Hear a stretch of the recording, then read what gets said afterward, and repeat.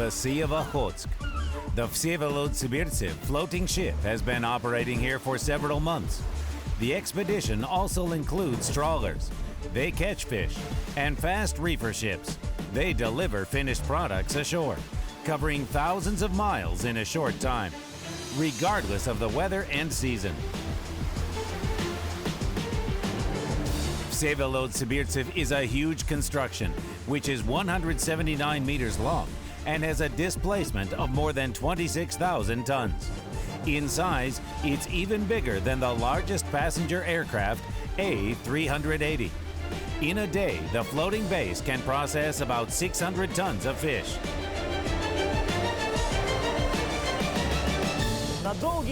For 9 long months, it becomes not only a workplace for 435 crew members, but also their home at sea.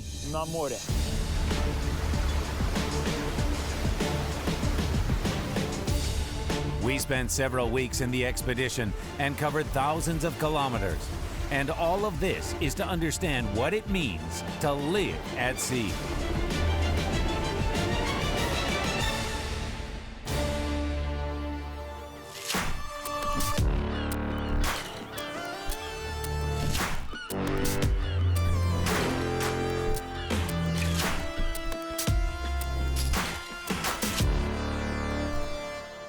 Vladivostok, Dobroflot's head office. It's not just removed from the place where Vsevolod-Sibirtsev operates, it is even located near the waters of another sea, the Sea of Japan. Nevertheless, it is here where managers organize the work not only of the floating base, the size of the Winter Palace in St. Petersburg, but of the entire expedition.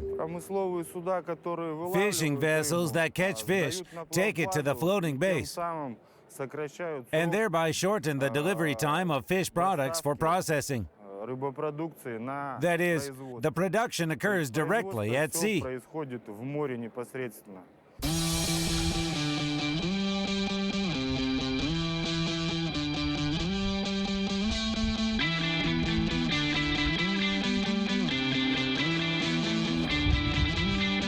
In addition to raw materials, that is, fish, the functioning of the floating factory also requires containers, spices, equipment, food for the crew. All this is delivered by special vessels, reefer ships. They also pick up finished products. One of these such vessels is Gardermonia. In 4 days, the ship Gardermonia crossed the Sea of Okhotsk diagonally and moored to the port side of Vsevolod-Sibirtsev. Vladimir Slizov, the captain of Gardermonia, and Valery Voloshin, the captain director of the floating base, mastered mooring in the sea successfully, but the storm got in the way of planned unloading. It's common practice. The entire fleet, both the fishing ships and the floating factory, will most likely go to the Magadan region to hide from the bad weather.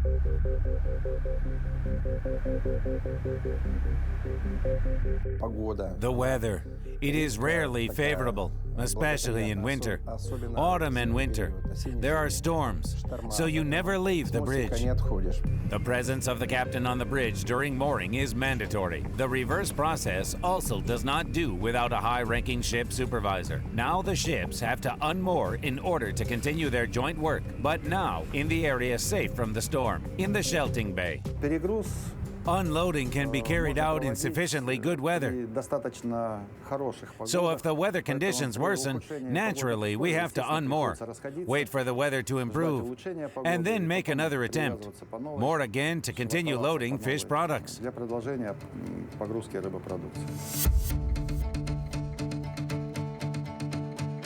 Once in the relatively calm waters of the shelting bay, the captains Slizov and Voloshin are moving closer again. We are ready to moor, over. Mooring teams, stand by for mooring. The port side. Everything is happening as if in slow motion. It seems that there is nothing dangerous in these maneuvers. The speed is too low. Low by our land standards. But ocean liners are objects with enormous masses, and their inertia is huge. So any mistake on board can have some real serious effects. In the last minutes before the approach, the mooring scheme is again discussed. The ends are the same. 4 lateral ones from our bow, 4 from our stern, 2 spring ropes from your bow, and, well, 2 from your stern. Over. Understood. Start BT. BT is a bow thruster. It's a powerful electric motor installed in the front of the ship, which allows you to turn a huge machine without resorting to complex manipulations with the main engines and the rudder blade, an irreplaceable thing when mooring at sea. Petrovich, I'll turn left a little with the BT, just a little. Okay, great. Yeah, so that you won't have to turn. Go as you do.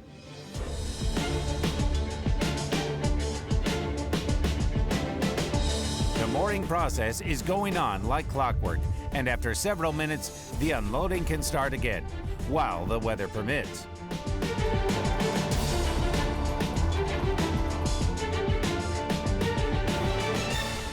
The shelting bay is like an emergency shelter for everyone who is caught in a storm in the northern part of the Sea of Okhotsk.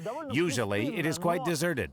But now, in this relatively small bay, several dozen ships have gathered, including the fishing trawlers that operate with the Vsevolod-Sibirtsev floating base.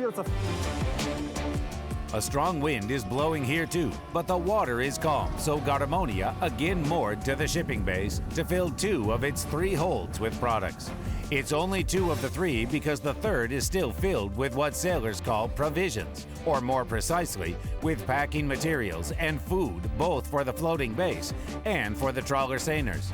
The problem is that the Russian legal system prohibits operations with similar cargoes in territorial waters. Therefore, as soon as the weather at sea improves, the ships will part so that Garmonia will be able to moor beyond the territorial waters. And only then the process of loading and unloading will continue. Trawler seiners are fishing ships. They also need to wait out the storm. And this means that the stock of raw materials on Vsevolod-Sibirtsev are rapidly decreasing, and in a few hours the conveyor belts of the factory ship will be empty.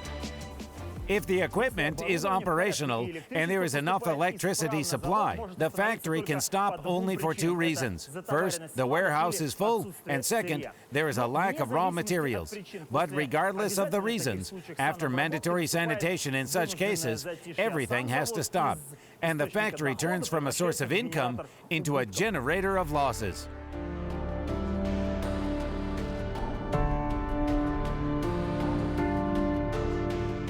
Losses, to put it mildly, are serious. Each day of such a huge floating base being at sea costs about 1 million rubles.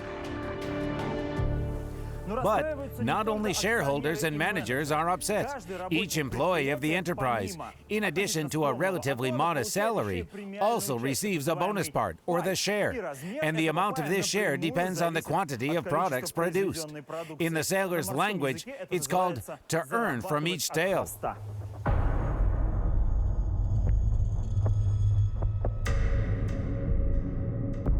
The only thing the team on Sibirtsev is thinking about is how to resume work as soon as possible. First of all, we need fish. First of all, we see that we have free space. We must go out with the fleet to fish, and this must be done, like to lead everyone for fishing.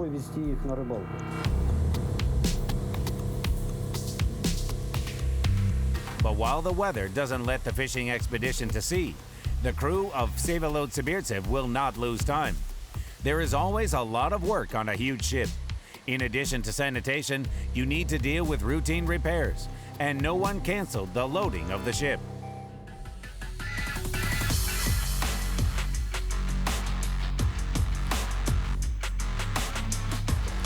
And now, finally, the waves in the open sea become lower, 1.5 meters.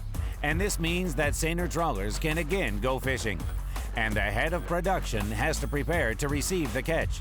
Garmonia unmoored in order to moor to the floating base once again, but now at open sea. The work with the load will be finished later. It would have been wiser for us, let's say, to stop yesterday and go fishing and catch fish. And now, as the weather calms down, we'll work again. We'll take supplies and then continue to unload it later. One hold is empty. We'll fill it.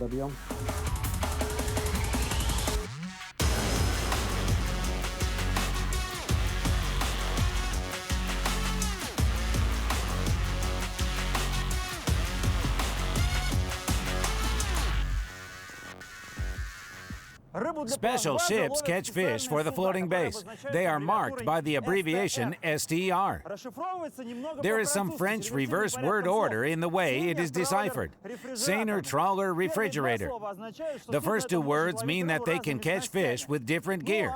And the letter R and, well, the corresponding word are inherited from the Soviet Union. Now there are now refrigerators. So when the net, which is overboard, is ascended to the platform, I hope it will be full of proper herring. The fish will be loaded into those tanks. They are called folds. The shelf life is very short, even in winter, just a few hours, up to 12. So the work pace of STR, or fishing ships, as they are called sometimes, is very fast. We can say like in sport.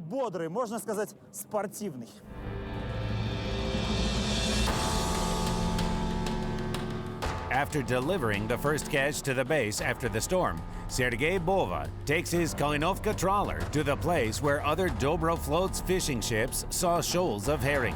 It takes 4 hours, so the crew sees the dawn while sailing. The straight 8-cylinder diesel engine has 1,320 horsepower. It's kind of a lot, but Kalinovka can't be called fast. At a maximum speed of 13 knots, we go to the fishing area at 10 knots. This STR Kalinovka was built as a part of the Project 503. It was one of the most popular in the Soviet era. With a length of just over 50 meters, this ship belongs to the medium tonnage, that is, far from being the smallest. But nevertheless, in comparison with the floating base, it is, of course, just a shell. And only here you can understand what the real sway is. Everyday conditions for the crew are also difficult to describe as comfortable. It's just small, but nevertheless, a team of 23 people will spend several months on this ship catching fish. And this is not even a record. One of the fishing ships that work with Sibirtsev has already been at sea for 7 months and is not yet going back. In the GDR alone, nearly 1,000 fishing vessels were commissioned by the Soviet Union in the first 9 post-war years and built. On average, a ship was launched once in 3 days. The ships were also commissioned in Denmark, Finland, Greece, Japan. But Soviet shipbuilders kept up with it. Over 300 STRs of the Project 503 were built. Sergei Bova hasn't been on the Project 503 for a long time. Just a month ago, he came from a smaller fishing ship. Between the answers to my questions, he also manages to give commands to the officer on duty. There is a tension, as if we are participating in an unspoken competition on trawler of herring. However, this assumption the captain rejected immediately. Nikolaich, 5.3. There were such situations. But now the company distributes shares equally between the ships so that each vessel can earn and fewer people, well, flee from ships. 5 and 3, just addressed to Nikolaich, is the propeller blade angle of attack. Like most trawlers, Kalinovka is equipped with a so-called ABP, adjustable blade propeller. This mechanism allows you to change the blade angle of attack, changing the thrust without changing the engine speed.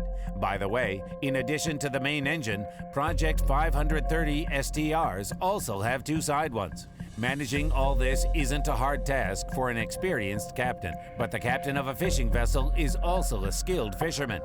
And this is just not being taught anywhere. Everything comes with experience. Well, of course, if anyone has experience, then all this is written down in notebooks, and eventually, when you become a commander, you open them and you read. Igor Valiev is one of those who has seen a lot and absorbed enough knowledge to take the position of a chief fishing master. He is also called the trawler master. This is not the executive officer, nor the captain's immediate assistant. But the importance of this position on a ship is hard to overestimate. It is he who knows all the details of setting up a trawl. It's something without which fishing is not possible. Trawls are different. They are. Let's say, we're working with 107 now. The trawl's pattern is, well, different here. So you need to set HDD correctly so that it will open. Load the bottom for the trawl to open and work normally. Well, the same is with the net, so that more fish will get into it, obviously.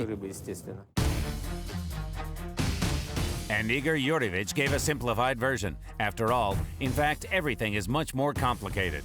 The SDR is equipped with the so-called different depth trawl. This snare is intended for catching fish in the pelagic zone, that is, in the water layer where the herring lives. The Trawl 107, Dobroflot's development, is called so because of the length of the upper and lower sets. They are, in simple terms, steel ropes holding the trawl's wings, whose task is to catch fish and send it to the net, to the tail part of the tackle. The upper set has bobbers. They are called fishing floats, and the lower set has a weight system. Well, HDD is a hydrodynamic device, a system of trawl boards and plates which ensure the correct horizontal opening and position of the trawl in the water layer. The trawl is connected to the ship with wires or steel ropes, and all this needs to be adjusted and managed by the team. Well, let's say, no need to reinvent the wheel. They used to fish before. Sometimes you introduce some novelty, but in general, the setting of the trawl is described in the theory, yet in practice, you use some of your own methods. Something's wrong. You do it your own way. At this time, the captain is sitting in a compartment with screens of sonars, and therefore it's like the workplace of an aviation navigator, or to a flight control center. Only now it's not a satellite in orbit that is flying, but a trawl in the waters of the Sea of Okhotsk. Right now, it is clearly visible there is a shoal of herring in our course. And we're trying to pursue the shoal on it. We can't determine the shoal's density in our course. But if the color is red, then it should be dense.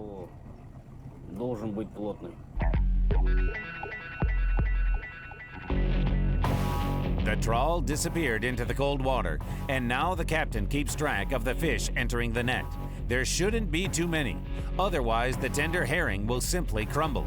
But of course, the crew wouldn't like to take out an empty net. This is a trawl control device. Everything's kind of simple here. The bottom is red. That's where the trawl is. Then there is the trawl's opening. This is the fish. The process of trawling demands increased attention and trained accuracy. Surfacing shouldn't be allowed, or the trawl will pass by the fish. Touching the bottom is also prohibited for environmental reasons. Moreover, it can tear the trawl. Well, if it's torn, it's torn. Nothing to do there. You've got to repair it, depending on the size of the tear. You can repair it for an hour or 4 hours. Well, sometimes you tear the trawl, then you just roll it up and take a new one. Like, that one cannot be repaired. Well, to tear a trawl isn't so easy. It was hard for our ancestors. They could forecast the weather only by beliefs. Now, the storm cannot actually catch the sailors off guard. When approaching the base in 10, 15 miles away, there is internet access. We update. There is such a program as GRIB. It's pretty much applied to this area. We look at the wind, wave height. Well, plus we take Japanese maps. Somehow, this is all difficult to understand. A trawler built in 1985, an abundance of color monitors and the internet here, in the middle of the cold sea, 9 time zones away from Moscow. But there it is, and I even clearly see that the trawler works. It catches fish. There is a young but experienced captain who cares more about people than electronics. I look at people. Well, when I come here, I already understand them. On the shore, I do not understand people 100%. You can understand people only at work. When the ship is working, you have some working situations. And this is month after month, despite the weather, the duration of the expedition, and your own mood. No, emotions never change. The only thing is that everything is familiar here. It's just psychologically hard. As they say, a confined space. The crew, how many people do we have? Several, like 25 people, let's say. The same people all the time. And by the end of the expedition, you get bored with it. But anyway, you get used to everything. The trawler has been in the water for 2 hours, and the captain discontentedly says that the flow of fish has almost dried out. How much there is in the net is impossible to determine here, and the captain struggles with the temptation to take a reverse course to trawl this shoal again, but nevertheless decides to pick up the tackle.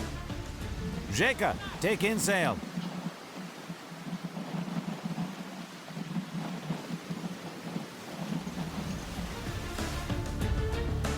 After the wires were chosen and the load thundered across the deck, multicolored Trawl's wings appear. But here comes a problem. The cable of one of the sensors is tangled and doesn't let us continue. Together, we eliminate the problem, and finally, the net appears from the water. The net tightly packed with Pacific herring. Fishermen are happy. There are more than 80 tons.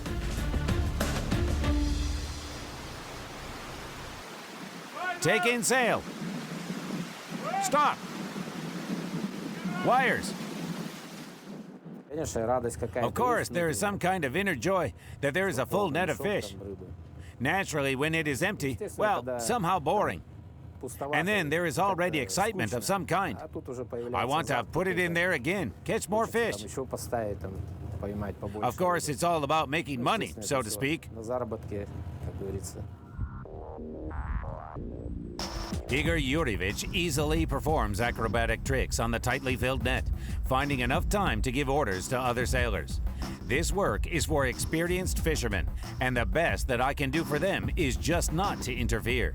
And at the same time, to think how soon I, as a person who spent most of my life on the shore, will want to be, if not on the shore, but on a ship a little bit bigger. And doesn't the captain want this? No, I still don't want to, because I'm excited about fishing. Therefore, I want to be a fisherman.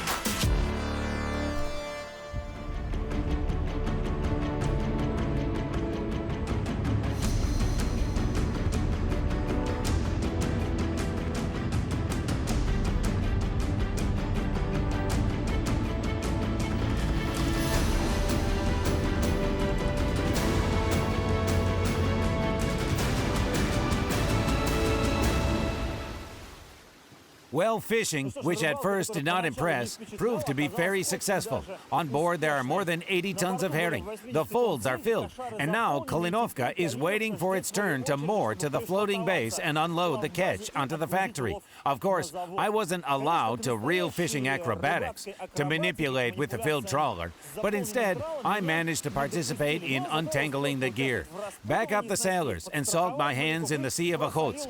In general, I felt a sense of belonging. But most importantly, I know that here, under several layers of clothing, I have a key. The key is to the warm cabin at the floating base Vsevolod-Sibirtsev. That is, to such a place which is spacious, cozy, does not swing, where there is heat and wireless internet, and even a sauna. And very soon I will be there. And these guys will continue to work here. And they will work for more than one more month.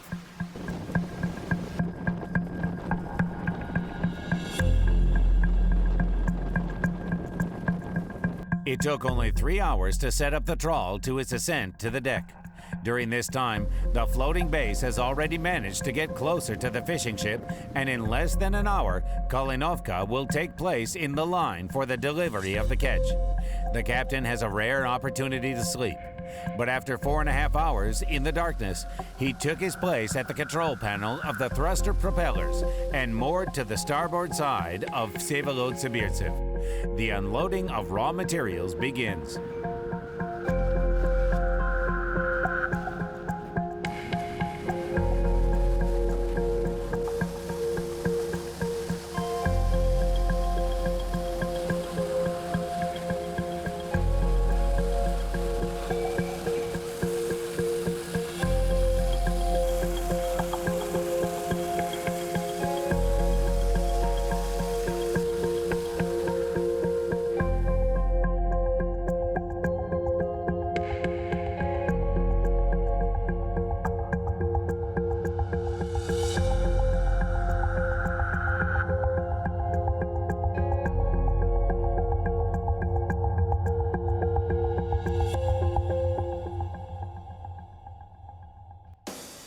The factory revived again.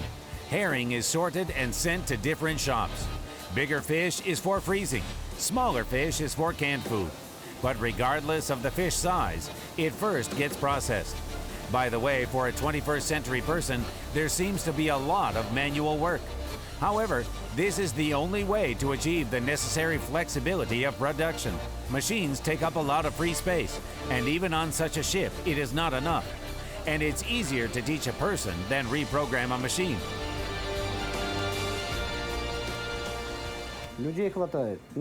There are plenty of people, but people are going to make money without realizing until the end that it will be necessary to make great efforts in the sea before making money. And the efforts are both physical and psychological. The second, it seems, is more important than the first, because you can imagine how, for several hours in raw, you do the same manipulations over and over. But you can't know the state of your mind will change during 9 months, far from your family, from your friends. For that, you've got to have a lot of experience or a really developed imagination. Not everyone will cope. Here, they've got to be ready to come, be assigned to certain tasks, and get started. Of course, a master will teach them how to do that. For example, how to clean or operate a machine. This is necessary, and everything else depends on the person.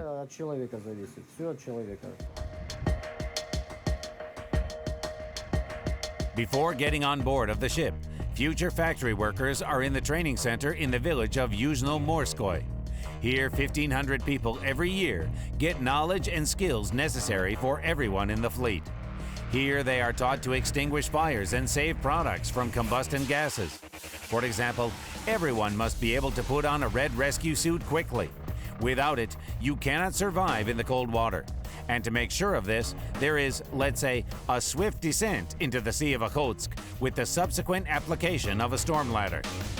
Don't do this like a cat. Don't climb. Here, you grasp the rope and put this hand as high as possible. And also grasp the rope.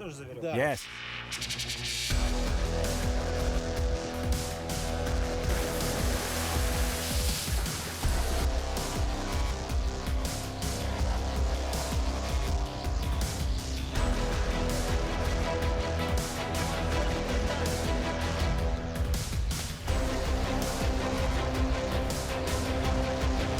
But that's not all. After a jump into the water and a short rest on the life raft, an imitation of rescue with a helicopter is to be done. An electric winch is like an aircraft.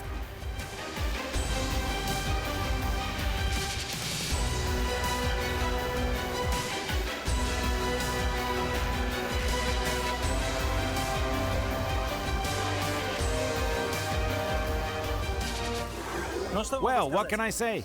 In a sense, to be rescued isn't easier than to rescue.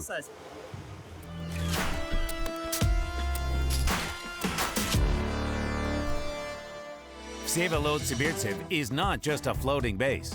Its design is well thought out.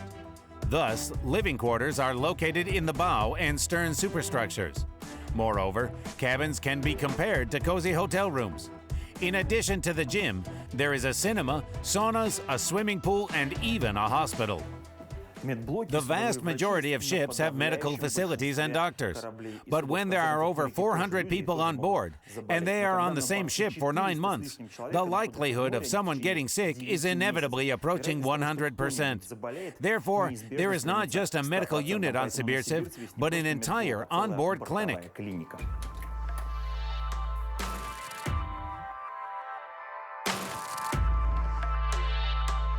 It's not just about the crew. Like mechanical workshops, Vsevolod-Sibirtsev's medical facilities should serve the entire expedition. That is, if the ship's doctor, for example, on the Trawler can't cope with the severe trauma, the victim is transported to the shipping base, and thus, sometimes a life is saved. Well, in general, harsh conditions at sea don't have many positive effects on one's health.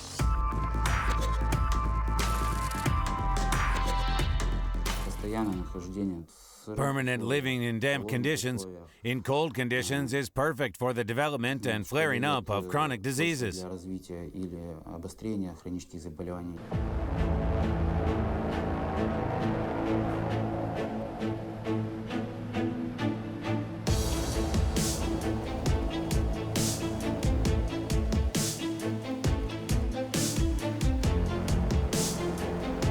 Is it really so hard to work on the floating base? It's time to check out for myself. Having dressed in the necessary overalls, I'm going to take my place at the conveyor belt. Now, I am a factory worker. You get used to the smell, oddly enough, pretty quickly. But something which is hard to get used to, at least for me, is this noise, which makes you want to run away immediately. Covering your ears with some headphones, for example with classical music. It seems to me that something impressionistic would suit. For example, Stravinsky.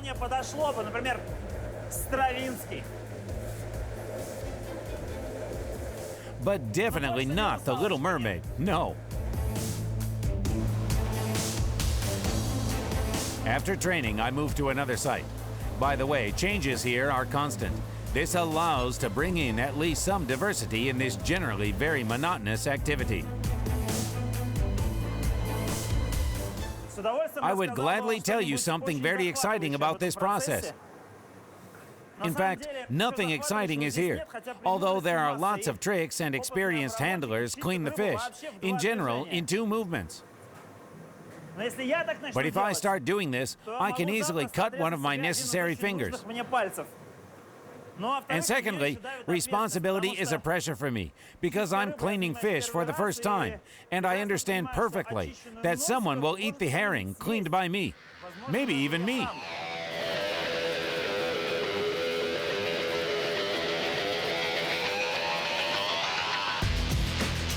And finally, for all the apparent simplicity of these operations, I personally do not understand how this can be done for 12 hours in a row every day, even if with short breaks.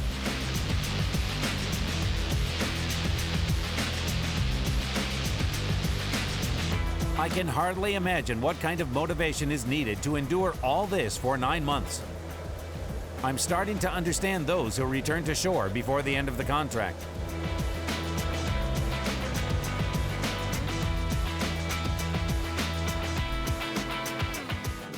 Even though there are, let's say, a gym and the internet, but still, people are in a confined space.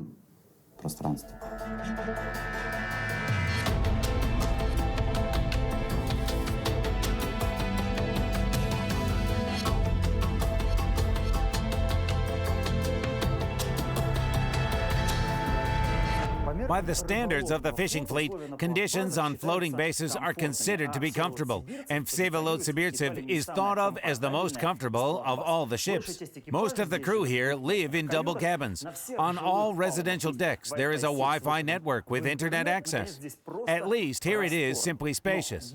But if you can't imagine your life without a personal shower in your private cabin, then you have nothing to do in the fishing fleet.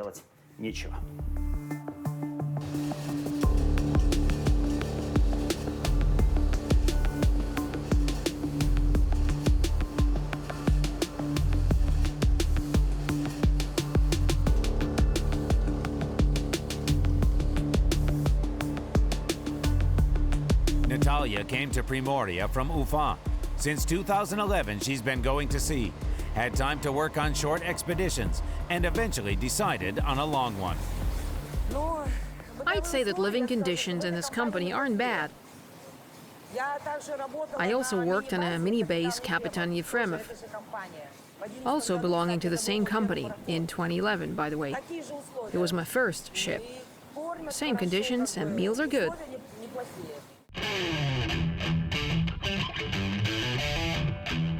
Kapitan Yefremov is one of those so-called mini-bases built for the project, Kamchatsky's Shelf. These vessels have a length of 126 meters and a displacement of about 9,000 tons. Modest indicators by the standards of Vsevolod-Sibirtsev. In total, 6 such bases were built between 1990 and 1995. Before Vsevolod-Sibirtsev appeared, it was the small floating bases that were the main marine production complexes of Dobroflot. It was on such floating bases that the business processes and interaction of fish processing ships with fishing ships were worked out. And it was here that the 6-6 schedule was worked out, according to which all those who were engaged in processing the catch in the open seas lived and worked. That is, after a 6-hour shift, the sailor received the same amount of rest time, after which the cycle was repeated. It is not easy to get used to such a schedule. There are such moments sometimes when people foreign to the sea don't get used to the fact that the ship rolls, that it influences the health somehow. They can't get used to that. They become seasick. We have to look for some compromises. In any case, people must adapt themselves to the work of the ship, not the ship to the people. So they get used to the sway. They get used to the sway of life. The mode of operation, which has proved itself at small floating bases, turned out to be unsuitable for a large factory ship that leaves the dock for most of the year. We, of course, worked all this time, 6 on, 6 off, but many simply couldn't stand it. They resigned. They left. And it was difficult not only for ordinary factory workers, but also for those who are responsible for organizing the whole process. For example, Yuri Arshinin, the head of the Vsevolod-Sibirtsev production, does not consider the 6-6 schedule as universal. I think that 6-6 is ineffective. 12-12 here is more, and the productivity will be better. And you can demand from people, because they sleep. They have 8 hours of continuous sleep. Let's say, food is good, there is personal hygiene, the cabin is in order, and so on.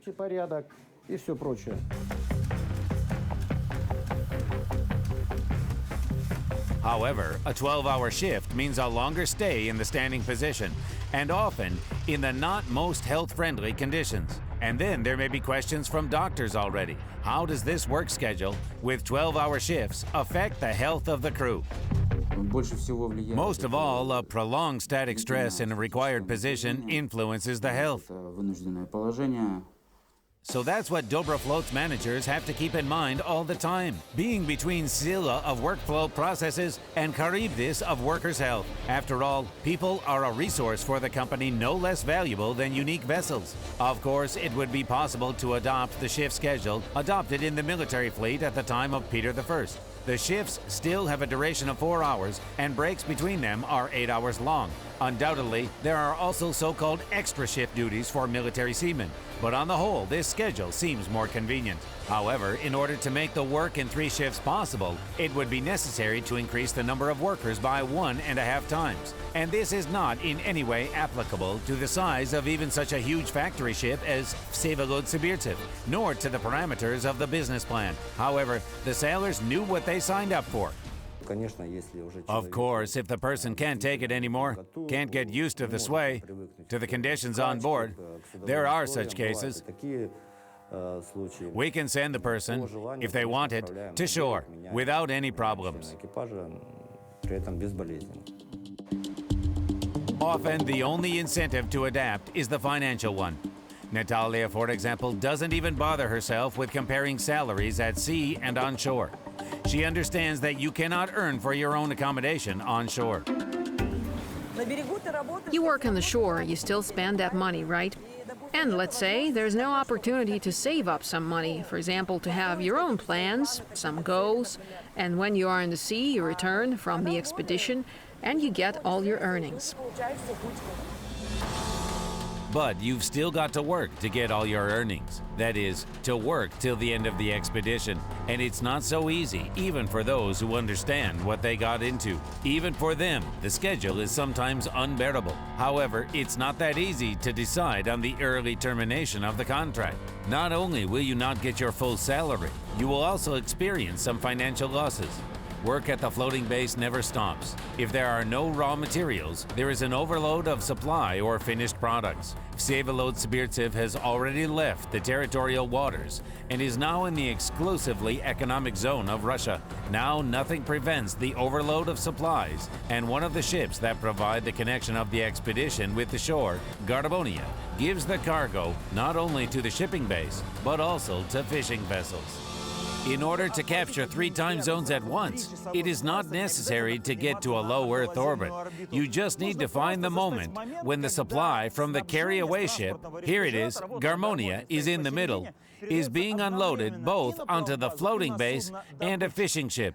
Garmonia's time is set as in Vladivostok. It corresponds to the home port and the location of the company's head office. Therefore, it's 13:30 now on the ship. The fishing ship has the time zone of the region where it operates. So now it's 2 hours later on it, 15:30. Well, and the floating base is between those two time zones. Therefore, here the ship's clock is set in accordance with the time zone, which is called UTC plus 11. That is 11 hours ahead of Greenwich, and 8 more than in Moscow. As the head of the production promised, the unloading was quick. And just in a day, Garmonia is filling cargo hatches to set to the return course towards Nakhodka, leaving Veselov-Sibirtsev behind, this huge factory ship, a part of the rich Soviet legacy.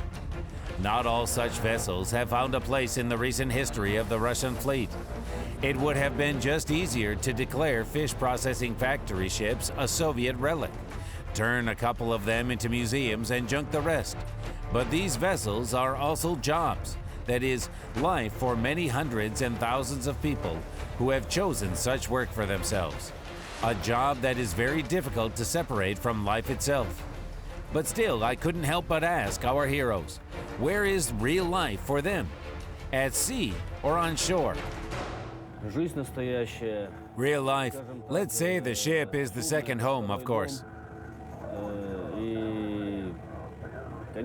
Family is the first home, ship is the second. Of course, on the shore. I just work here. I make money, and that's it. Definitely in the sea. I've been a captain for 30 years. There aren't many vacations. Life is like that, just a few vacations. So I'm at sea. Real life is on shore. Here it is work. Of course, on shore, no doubt. Family is waiting, relatives, and my grandchildren. So, life is better on shore. I think at sea. Firstly, I personally know everything at sea. At sea, there are no questions from which it would be necessary. Problems from which it would be necessary to escape, hide, flee somehow. There are no such things at sea. Real life is, of course, on shore. Here, it's kind of work. There is nostalgia, a wish to return if there's been a long period, like 3 to 4 months. It's time to work, catch fish. Of course, the sea is exciting. First, it is the very process. Yes, it is very difficult at sea. But to be honest, sometimes there is no time to sleep. But days go by very quickly. It's real everywhere, both here and on shore.